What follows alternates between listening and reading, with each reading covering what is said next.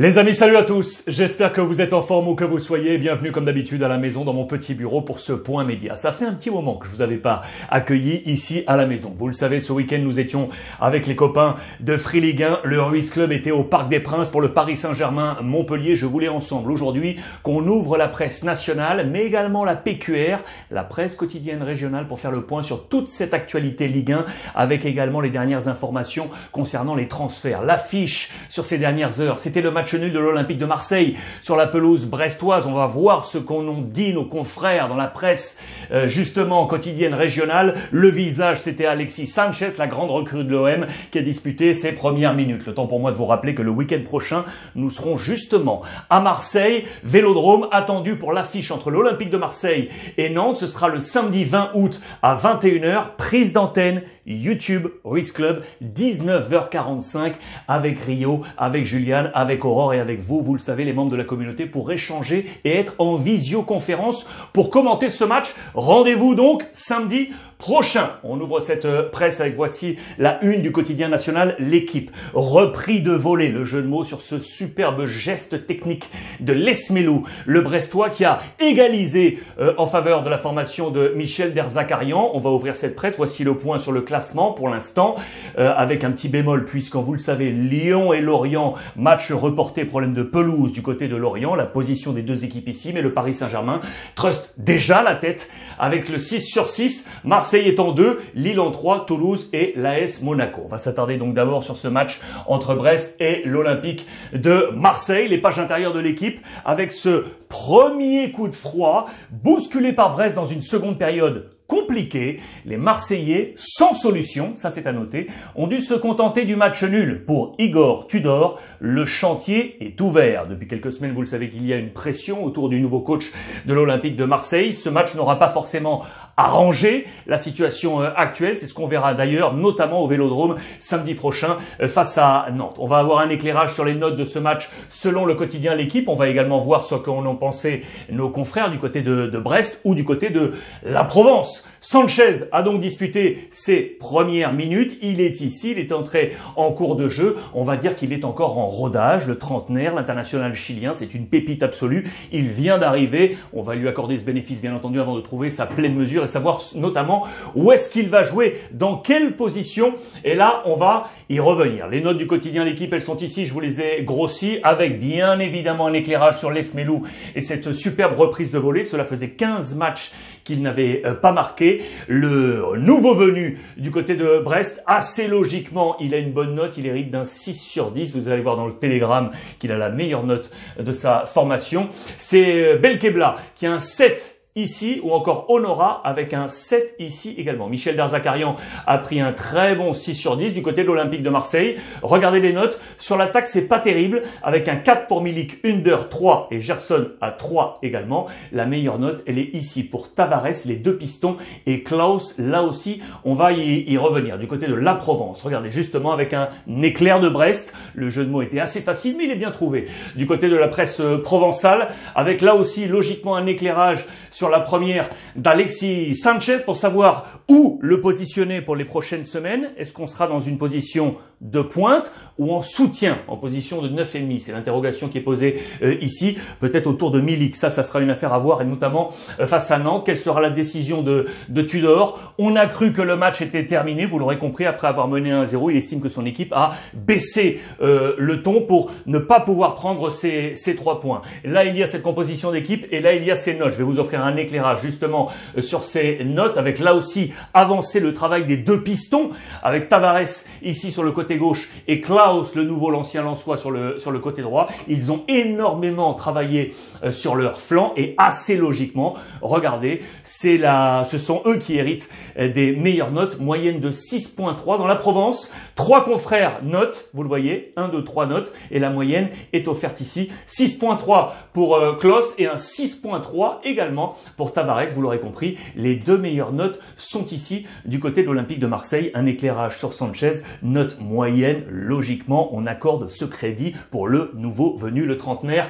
la star. Du côté du Télégramme de Brest, de l'autre côté, eh ben on attendait mieux. On est ultra satisfait parce qu'on a vu la formation de Michel Darzacarian bien prendre ce match en main. Regardez, Brest méritait mieux face à l'Olympique de Marseille. Mené au score à la mi-temps par l'OM, le Stade brestois a finalement obtenu le nul en match décalé de cette deuxième journée. Pierre Lesmelou, bien évidemment, auteur d'un but magnifique. C'est lui qu'on va mettre une nouvelle fois en avant dans les notes, vous l'aurez compris. Ce qu'on a noté notamment, c'est cette notion de caractère qui a fait énormément plaisir à Michel Darzacarian. Vous allez le voir sur les Twitter officiels du club brestois. Les notes sont ici du côté du Télégramme de Brest. Je vous les ai grossis. Vous voyez ces notes. Et donc, pour le Télégramme de Brest, c'est donc Lesmelou qui hérite d'un 8 sur 10. Meilleure note. Je vous rappelle que pour l'équipe, c'était Belkebla et Honora avec des 7. Voici les notes également. Ça se tient dans un mouchoir de poche. Michel Darzacarian en conférence de presse, rapporté donc par les Twitter officiels du Stade brestois,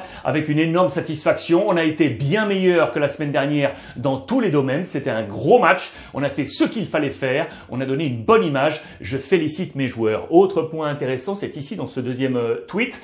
On a montré un bel état d'esprit dans l'effectif. Il nous faut un attaquant. Il nous faut un attaquant. Voilà la piste mercato attendue avant la fin du mois de septembre du côté de Brest. Volonté de Michel Darzacarian. Voilà pour l'entourage de ce match et la vision du côté de la Provence, du Télégramme et de la presse nationale avec l'équipe. Les autres matchs d'hier, mais juste avant un éclairage sur le Paris Saint-Germain, avec dans les colonnes de l'équipe, on va nous parler déjà, je vais vous le dire, déjà, des égos, de ce que va devoir faire Christophe Galtier avec la gestion des égos, et notamment devant avec Messi, Neymar et Kylian Mbappé. Les égotiques, très bon titre, sous la plume de Loïc Tanzi et Damien Degord dans les colonnes de l'équipe, avec, regardez, dos à dos comme ça, Neymar et Mbappé. Il y a une nouvelle histoire de penalty, vous le savez, Mbappé a eu un penalty, l'a manqué. Second penalty, c'est Neymar qui a pris ce ballon pour aller le frapper, et du coup, on nous dit déjà qu'il y aurait eu un petit rififi entre les deux hommes, avec notamment une observation à distance des réseaux sociaux entre les deux caractères.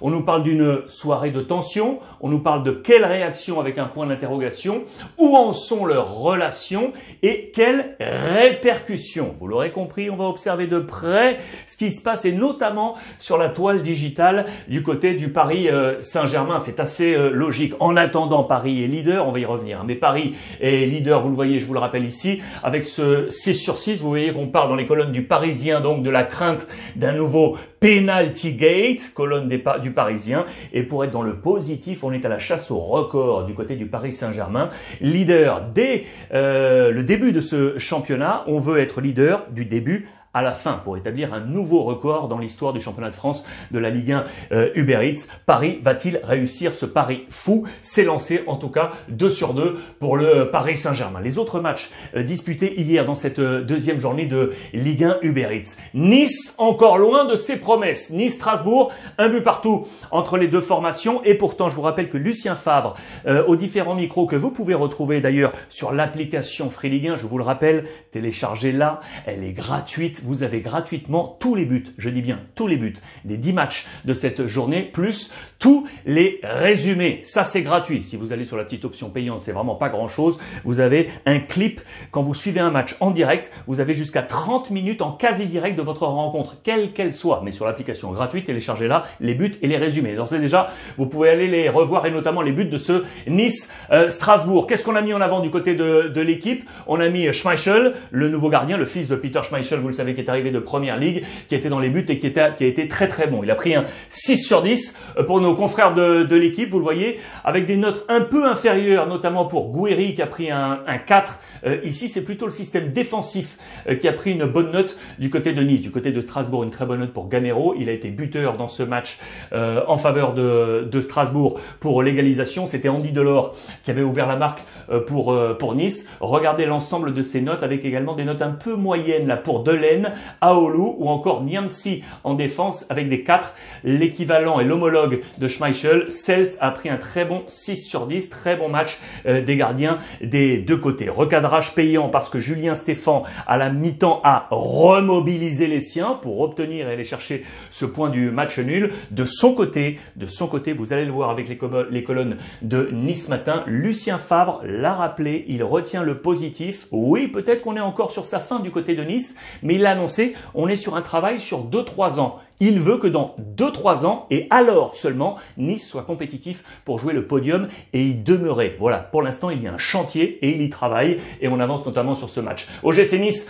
un point c'est tout. Nos confrères de Nice Matin, vous le voyez ici pour rappeler donc la déclaration de Lucien Favre et comme je vous l'ai annoncé, la première de Schmeichel qui a été avancée comme une sacrée première. Les notes sont ici et la meilleure, elle est pour lui avec un 7 sur 10 pour nos confrères de Nice Matin. Je voulais vous montrer également de remontada. Vous savez, les remontées fantastiques dans cette journée de Ligue 1. Il y en a eu 2 superbes. La première, elle est ici entre Reims et Clermont. Reims a mené 2-0. Reims a mené 2-0 avant de voir les Clermontois s'imposer finalement 4-2 avec notamment cet homme, les amis, Andrich, qui est le successeur. Regardez, c'est ici, Sauce Bayo. Andrich, Sauce Bayo. Pourquoi? Bayo a quitté Clermont, vous le savez, pour rejoindre Lille. 14 millions d'euros. On semble avoir trouvé le successeur idéal. Il a été l'homme fort de la remontée fantastique des Clermontois. L'autre remontée, c'est celle du SCO d'Angers sur la pelouse de l'AJ Auxerre. Auxerre a mené 2-0 et puis Angers est revenu. 2 buts partout entre les deux formations. Attention, on pointe du doigt et notamment Costil, le gardien auxerrois qui devait amener cette expérience. Pour l'instant, en 2 journées, là, il en prend 2 et lors de la première journée, il en avait pris 4 face à Lille.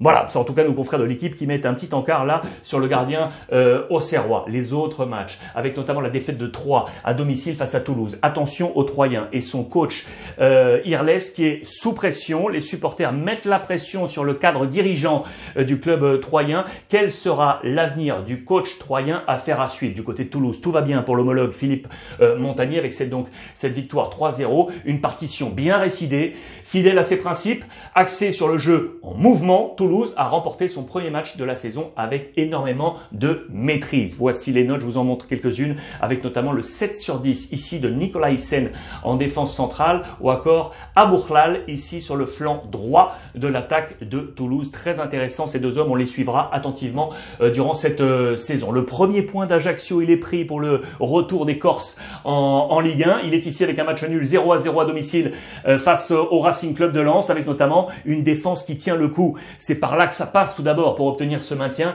et notamment le très bon match de Leroy dans les buts. C'est lui qui a été choisi, vous le voyez ici en défense. Il a pris un 7 sur 10. La défense, valeur refuge, vous l'aurez compris. Du côté de Ajaccio face à la formation lensoise, 0-0 entre les 2 équipes. On poursuit cette actualité Ligue 1 avec l'AS Monaco et le bilan de cette journée. Monaco ne lâche rien. Bon match nul sur la pelouse avec Rennes notamment. Vous le voyez, le nul arraché à 10 contre 11 samedi contre le Stade Rennais, un concurrent au podium, est venu illustrer l'excellent état d'esprit de la solidarité qui règne actuellement dans le groupe de Philippe Clément qui est ici. C'est dans les colonnes de Monaco Matin. Monaco qui a du coup enregistré également une recrue, puisqu'on parle du marché des transferts, c'est lui. Regardez, ça a été annoncé officiellement sur le Twitter de l'AS Monaco le 14 août, là il y a quelques heures, à 10h50 du matin. C'est Mohamed Camara qui arrive en provenance du Red Bull Salzbourg. Mohamed Camara, milieu défensif qui était très attendu du côté de Philippe Clément. Le voici, il est fan de Steven Gerrard et de N'Golo Kanté. C'est tout ce qu'on peut lui souhaiter, qu'il ait ces armes de ces 2 hommes pour porter le milieu défensif de l'AS Monaco. En parlant transfert, je voulais vous montrer ça également. La piste du côté du Football Club de Nantes. Je vous rappelle qu'on sera à Marseille samedi pour Marseille et Nantes. Free Ligue 1 avec le Ruiz Club. Eh bien, Nantes s'intéresse au Lensois Ganago pour renforcer son attaque. Vous le voyez, il y a urgence. C'est ce qu'a dit Antoine Camboiré, c'est ce qui est rappelé ici dans les colonnes de Presse Océan, vous le voyez, la presse régionale. Et donc on s'intéresse au Camerounais, 23 ans, qui est à Lens actuellement, qui n'a pas forcément le temps de jeu qu'il pourra espérer. En tout cas, c'est une affaire à suivre s'il reste à Lens. Pourquoi? Parce que les Lensois ont enregistré et recruté Loïs Mpenda, vous le savez, qui est arrivé de Bruges pour 10 millions d'euros, ou encore Adam Bouksa des New England Revolution pour 6 millions d'euros. Ces deux hommes empêcheraient donc l'ami Ganago de trouver le temps de jeu nécessaire. Mais attention, d'autres clubs sont également sur ses rangs, outre le Football Club de Nantes. On nous parle d'Anderlecht, vous le voyez ici du côté de la Belgique, mais on nous parle également de Brest. Quel sera l'avenir de Ganago, nantais, oui ou non? On en saura peut-être plus samedi sur la pelouse de Marseille au Vélodrome pour accueillir le Football Club de Nantes. Voilà les amis, on a fait le point sur cette actualité, les dernières informations transferts retrouvées dans la presse quotidienne régionale. On a fait le point sur ce classement. Je voulais juste m'attarder sur ça parce que ça c'est chouette pour notre Ligue 1 Uber Eats. Je vous l'ai grossi. Ici c'est la moyenne de buts marqués depuis le début du championnat en 2 journées. Regardez sur les 50 dernières années, la moyenne elle est très bonne. On est à 3,26 buts par match les amis. Ici c'est le 3e meilleur ratio depuis sur les 50 dernières années. Et si on regarde les 10 dernières années, regardez, eh ben, il n'y a pas un meilleur ratio sur les 10 dernières meilleures années. C'est un super démarrage pour notre championnat. Et ça fait du bien. Voilà les amis. Rendez-vous samedi. Marseille-Nantes, avec l'équipe, avec Rio, avec Juliane, avec Aurore. Je vous le rappelle, téléchargez l'application. Elle est gratuite pour avoir tous les buts et tous les résumés. Et on sera ensemble donc sur le YouTube Ruiz Club dès 19h45 ensemble pour un kick-off à 21h. Je vous embrasse et profitez des vôtres.